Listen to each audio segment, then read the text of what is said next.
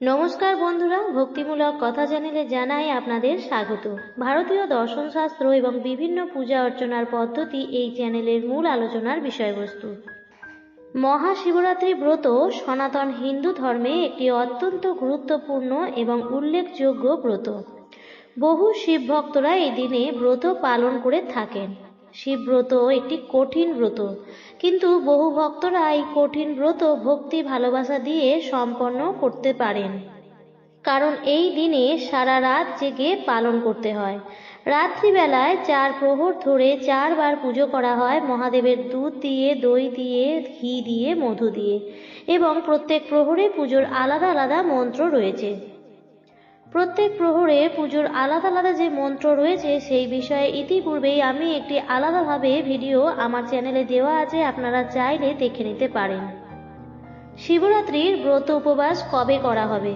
মহাশিবরাত্রিতে কি নির্জলা উপবাসই করতে হয়, নাকি সামান্য ফলাহার বা অল্প কিছু আহার করাও চলে? এই সব প্রশ্নগুলি অনেকের মনেই হয়তো আসছে।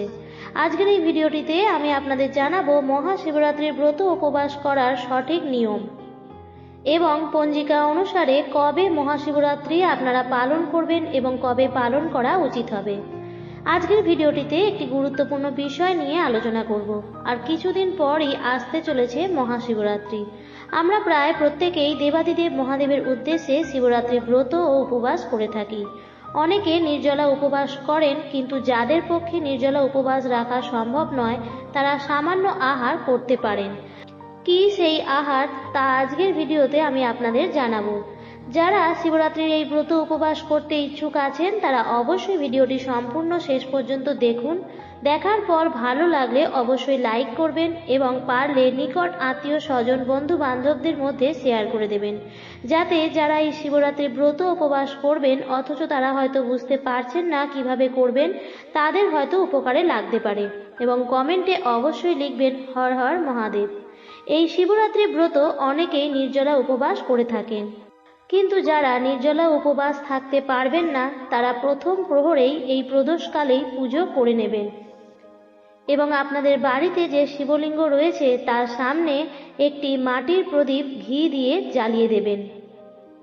তবে দেখবেন প্রদীপটি যেন সারা রাত জ্বলে, অর্থাৎ চতুর্দশী তিথি থাকাকালীন যেন সেই প্রদীপ জ্বলতে থাকে, সেটি আপনাকে দেখতে হবে। আপনি এই প্রদীপটি মন্দিরেও জ্বালিয়ে দিতে পারেন। সনাতন ধর্মে যে কোনো উপবাসের আগের দিন সংযম পালন করতে হয়। শিব ব্রত পালন করার সূচনা শুরু হয়ে যায় কিন্তু ত্রয়োদশী তিথি থেকেই, কারণ ত্রয়োদশী তিথিতে সারা দিনে একবার খাবার গ্রহণ করতে হয়। মহাশিবরাত্রি এর আগের দিন সংযম পালন করতে হয়। সংযমে খাবারের কিছু বিধিনিষেধ আছে।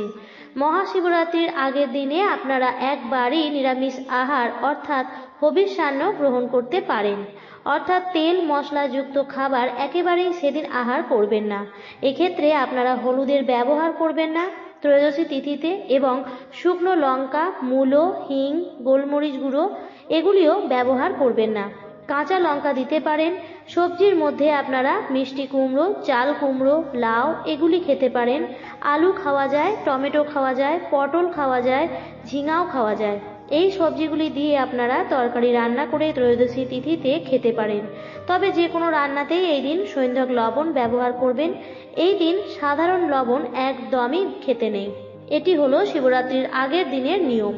এবার চলে আসি শিবরাত্রির পারণের দিন, অর্থাৎ শিবরাত্রির পরের দিন, কারণ পারণ ছাড়া কিন্তু শিব পুজো মহাশিবরাত্রির ব্রত অসম্পূর্ণ। পারণ করার জন্য আপনাকে স্নানের পরে মহাদেবের আরতি সম্পন্ন করে মহাদেবের যে ভোগ আপনি তৈরি করেছেন সেটি রেখে দেবেন আর ফলাহার করবেন। সব কিছু করার আগে আপনাকে কোনো ব্রাহ্মণকে অথবা কোনো ব্যক্তিকে কোনো কিছু অন্ন দিতে হবে, তারপরই আপনি পারণ করবেন। পারণের দিনও আপনি অন্ন গ্রহণ করতে পারবেন, তবে পারণেরও নিয়ম রয়েছে। এই দিনও কিন্তু একবারই খেতে হয়, তবে প্রথমে কিন্তু ফলাহার করবেন, তারপরেই অন্ন গ্রহণ করবেন। এবং অবশ্যই এই দিন তেল মশলাবিহীন নিরামিষ খাবার গ্রহণ করতে হয়। এটি হলো শিবরাত্রির পরের দিনের নিয়ম, অর্থাৎ শিবরাত্রির ব্রত উপবাসের পারণের নিয়ম। এবার বলি শিবরাত্রির ব্রত উপবাস যদি আপনারা সঠিকভাবে করতে চান তাহলে আগের দিন সংযম এবং শিবরাত্রির পরের দিন পালনের নিয়ম বিধিগুলো অবশ্যই মানতে হবে। এবার প্রত্যেক বন্ধুদের মনের মধ্যে যে সংশয়টা আছে যে শিবরাত্রি কবে পালন করব। আগামী 8ই মার্চ শুক্রবার না 9ই মার্চ শনিবার কবে পালন করা উচিত হবে। পঞ্জিকা মতে কিন্তু দুদিনেরই উল্লেখ আছে। এবারে শিবরাত্রি দুদিন পড়েছে চতুর্দশী লাগার সময় অনুসারে। চতুর্দশী তিথি পড়েছে 8ই মার্চ রাত্রি 8টা থেকে 9ই মার্চ সন্ধ্যা 5টা বেজে 43 মিনিট পর্যন্ত। এবারে আমি বলবো 4 প্রহরের সঠিক সময়। শিবরাত্রির ব্রত উপবাস 4 প্রহর ধরে হয়ে থাকে। বিশেষ বিশেষ জিনিস দিয়ে শিবলিঙ্গ অভিষেক করা হয়। তারপর ফুল বেলপাতা সব কিছু অর্পণ করে দেবাদিদেব মহাদেবের সামনে প্রদীপ ধূপকাঠি জ্বালিয়ে এইভাবে মহাদেবের আরাধনা করা হয়। 4টি প্রহরের প্রথম প্রহর পড়েছে 8ই মার্চ সন্ধ্যা 6টা বেজে 25 মিনিট থেকে রাত্রি 9টা বেজে 28 মিনিট পর্যন্ত। দ্বিতীয় প্রহর পড়েছে রাত্রি 9টা বেজে 28 মিনিট থেকে রাত্রি 12টা বেজে 31 মিনিট পর্যন্ত।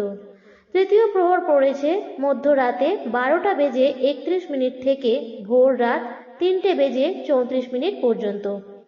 আর চতুর্থ প্রহর পড়েছে ভোর রাত 3টে বেজে 34 মিনিট থেকে সকাল 6টা বেজে 37 মিনিট পর্যন্ত। অর্থাৎ মহাশিবরাত্রি প্রত্যেকটি প্রহরই 8ই মার্চ সন্ধ্যা থেকে শুরু হয়ে যাচ্ছে। শিবরাত্রি কথাটি দুটি শব্দ থেকে এসেছে, শিব ও রাত্রি, যার অর্থ শিবের জন্য রাত্রি। পুরাণ মতে দেবী পার্বতীর সঙ্গে এই দিন দেবাদিদেব মহাদেবের মিলন হয়। আবার এও শোনা যায় এই দিন থেকেই বিশ্ব ব্রহ্মাণ্ড সৃষ্টি হয়েছিল। শাস্ত্র মতে মহাশিবরাত্রি পুজোর শ্রেষ্ঠ সময় হলো নিশীথকাল। অনেকে 4 প্রহর ধরেই পূজা করে থাকেন, আবার অনেকেই একটি প্রহরেই 4 প্রহরের পূজা একসঙ্গে করে নেন। শাস্ত্র মতে মহাশিবরাত্রি তিথিতে সন্ধ্যাবেলায় স্নানের পর শিবের পূজা করা উচিত। তাই মহাশিবরাত্রি ব্রতর উপবাস আপনাদের 8ই মার্চ অর্থাৎ শুক্রবার দিন কিন্তু করা উচিত হবে। শিবরাত্রির ব্রত পালন করতে হবে 9ই মার্চ সকাল 9টা বেজে 51 মিনিটের মধ্যে। আশা করছি আপনারা বুঝতে পেরেছেন কোন দিন করা উচিত মহাশিবরাত্রির ব্রত। এবার বলবো 8ই মার্চ মহাশিবরাত্রির দিন ব্রত উপবাস কিভাবে করবেন। শিবরাত্রি উপবাসের সঠিক নিয়ম হচ্ছে সারাদিন নির্জলা উপবাস থাকা এবং নির্জলা উপবাস থেকে 4 প্রহর ধরে শিবলিঙ্গে 4টি জিনিস দিয়ে রাত্রি জাগরণ করে অভিষেক করে পূজা অর্চনা করলে এবং পরের দিন সঠিক নিয়মে শিবরাত্রি পালনের পুজো করে তারপরেই জল গ্রহণ করতে হয়। এটা হলো শিবরাত্রির সঠিক নিয়ম, অর্থাৎ শিবরাত্রির ব্রত নির্জলা উপবাসের নিয়ম। এবার প্রায় অনেক মানুষের মধ্যে নির্জলা উপবাস থাকা সম্ভব নয়। যাদের মধ্যে শারীরিক কারণে নির্জলা উপবাস থাকা সম্ভব নয় তারা সারাদিন একবার ফলাহার করতে পারেন, নানা ধরনের ফল খেতে পারেন অথবা ডাবের জল খেতে পারেন। এছাড়াও নানান ধরনের ফল কুচিয়ে স্যালাড করেও খেতে পারেন। আপনারা এই দিন সাবুও খেতে পারেন, তবে এই দিন নুন কিন্তু খাবেন না। যে কোনো উপবাসেই নুন খাওয়া চলে না। তাছাড়া আপনারা দুধ, দই, মিষ্টি ইত্যাদি জাতীয় খাবার খেতে পারেন, তবে সারাদিন ধরেই কিছু না কিছু খাবার খেতে থাকবেন না। ব্রত উপবাসে সংযমটা অনেকটাই জরুরি, তাই আপনারা উপবাস যদি রাখতে চান তাহলে আপনারা এক বেলা ফলাহার করতে পারেন। তবে অনেকেই হয়তো ভাত বা রুটি খান, তবে সেক্ষেত্রে বলে দিই যদি আপনারা শিবরাত্রির উপবাস সঠিকভাবে করতে চান তাহলে ভাত বা রুটি খাবেন না, অর্থাৎ চাল বা গমের তৈরি কোনো জিনিস আপনারা খাবেন না। ব্রত উপবাসের পঞ্চ রবি শস্য চলে না। অনেকে হয়তো কাঁচা সাবু খেতে পারেন না, তারা সাবুর তৈরি পায়েস বা সাবুর তৈরি খিচুড়ি বানিয়েও খেতে পারেন। এছাড়াও বাদাম, আখরোট, খেজুর, কাজু, কিশমিশ এই ধরনের ড্রাই ফ্রুটসও আপনারা খেতে পারেন।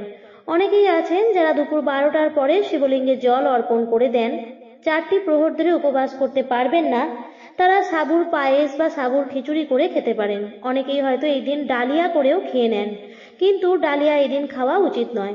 ডালিয়া কিন্তু গম থেকেই তৈরি হয়, তাই চাল বা গম থেকে তৈরি কোনো খাবার খাওয়া উচিত নয় এই দিনে। কিন্তু যদি একান্তই আপনাদের সাবু মাখা বা সাবুর তৈরি কোনো জিনিস খেতে অসুবিধা লাগে তাহলে আপনারা রাগির তৈরি কোনো জিনিস আপনারা খেতে পারেন। রাগের তৈরি কোনো জিনিস কিন্তু হিন্দু ব্রত উপবাসে চলে। তবে যে খাবারই খান না কেন সারাদিনের মধ্যে একবারই খাবেন। আর সবজির মধ্যে আপনারা রাঙা আলু, আলু, মিষ্টি কুমড়ো, অনেকেই চাল কুমড়ো বা লাউ জাতীয় জিনিসও খেয়ে থাকেন। যারা 4 প্রহর ধরে ব্রত উপবাস রাখতে পারবেন না তারা এই জাতীয় খাবার খেয়ে থাকতে পারেন। আশা করছি বন্ধুরা ভিডিওটি থেকে আপনারা হয়তো কিছুটা হলেও উপকৃত হয়েছেন। ভিডিওটি দেখে যদি ভালো লাগে তাহলে অবশ্যই চ্যানেলটিকে সাবস্ক্রাইব করে আমাদের পাশে থাকবেন এবং নোটিফিকেশন বেল আইকনটি ক্লিক করে দেবেন। ভিডিওটি দেখার জন্য অসংখ্য ধন্যবাদ।